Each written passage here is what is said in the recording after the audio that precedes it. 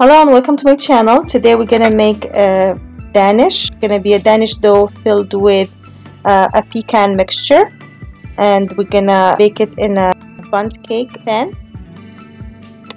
Bonjour, bienvenue sur ma chaîne. Aujourd'hui, on va faire une danoise qu'on va garnir de mélange de noix de pécan. Ça va être un délice. Pour la pâte, on va commencer par la levure boulangère qu'on va mettre dans de l'eau tiède.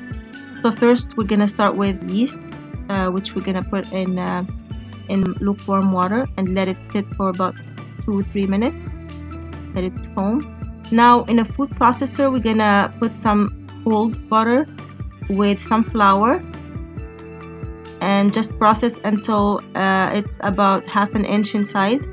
Alors, on va mettre le beurre froid avec de la farine et on va travailler ça jusqu'à ce que le beurre soit coupé en morceaux, comme vous voyez.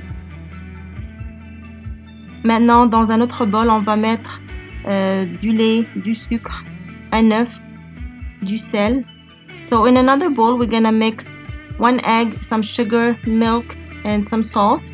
We're gonna whisk in yeast mixture. In this video, I just forgot to put the yeast with it. I put it at the end. And so after mixing the yeast with the liquid ingredients, we're just gonna add our flour with the butter and just fold it with the spatula. Comme vous pouvez voir, j'ai oublié de mettre le mélange de levure avec les ingrédients liquides. Donc je l'ai rajouté à la fin avec le beurre et la farine. On couvre la pâte et on laisse réfrigérer pour environ une nuit. So we just need to cover the bowl and let it sit in the fridge overnight. Now, after getting the dough out of the fridge, I'm just trying to shape it into a square with my hands, and then with a rolling pin, I'm gonna roll it out to have about a 16-inch square. Alors, j'ai sorti la pâte du réfrigérateur. Maintenant, je vais la rouler en un carré d'environ 40 cm. Je vais la plier en 3, comme vous voyez, ou en tiers. So now I'm gonna fold it into thirds. And then we're gonna roll it out to get a rectangle. So the rectangle is gonna be about 24 by 10 inches. Alors on va la rouler encore une fois pour avoir un rectangle d'environ 60 par 25 cm. We're gonna roll it. So now we're gonna fold it into thirds again. And make sure to have enough flour on your work surface. Alors on va rouler notre rectangle encore une fois en tiers. Assurez-vous d'avoir toujours assez de farine sur votre plan de travail pour que la pâte ne colle pas, parce qu'il y a beaucoup de beurre dans la pâte. Alors voilà la pâte après qu'on l'ait roulée entière. Alors maintenant, pour la dernière fois, on va rouler la pâte en un carré d'environ 50 cm. So we're gonna roll out the dough again into a square. It's gonna be a 20-inch square, and that's gonna be the last one.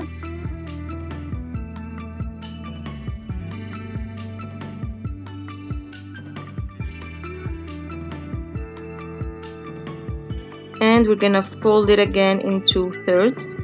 Et on va plier encore notre carré en tiers.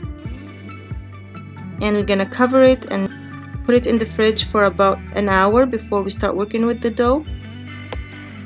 Alors on va plier encore une fois, la dernière fois, et on va couvrir avec un film alimentaire.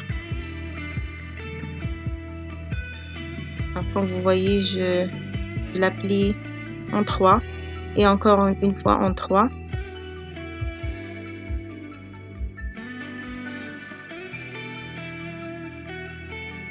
On enlève tout excès de farine.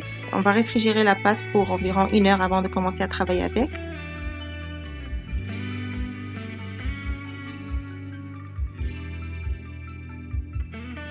Pour la garniture, on aura besoin de blanc d'œuf.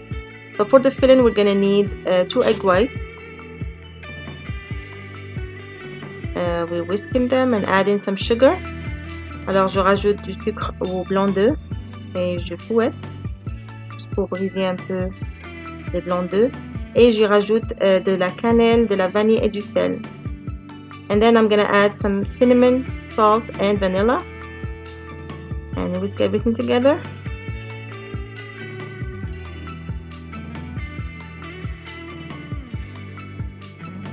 Now I'm gonna add some pecans, some ground pecans. Alors j'y rajoute des noix de pécan. Vous pouvez aussi utiliser des amandes. You could also use almonds. And mix everything.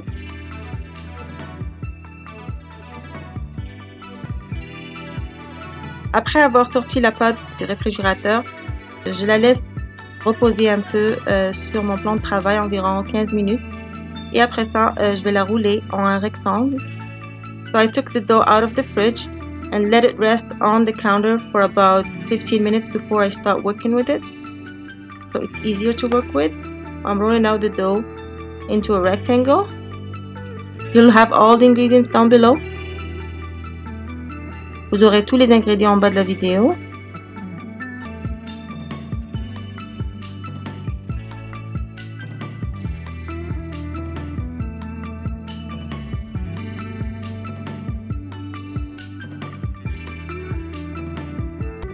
So now I'm gonna spread the filling over the dough and I'm gonna leave 1 inch around the edges just so I can seal the dough.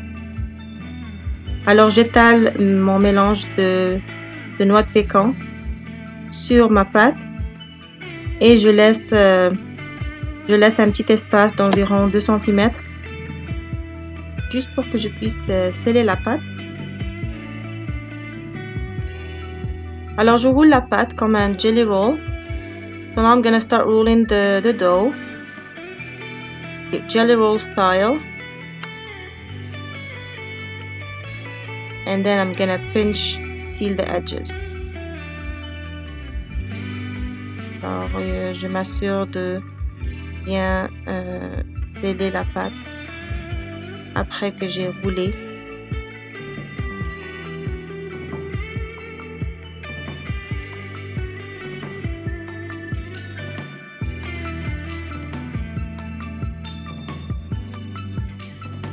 Je coupe en longueur comme vous voyez.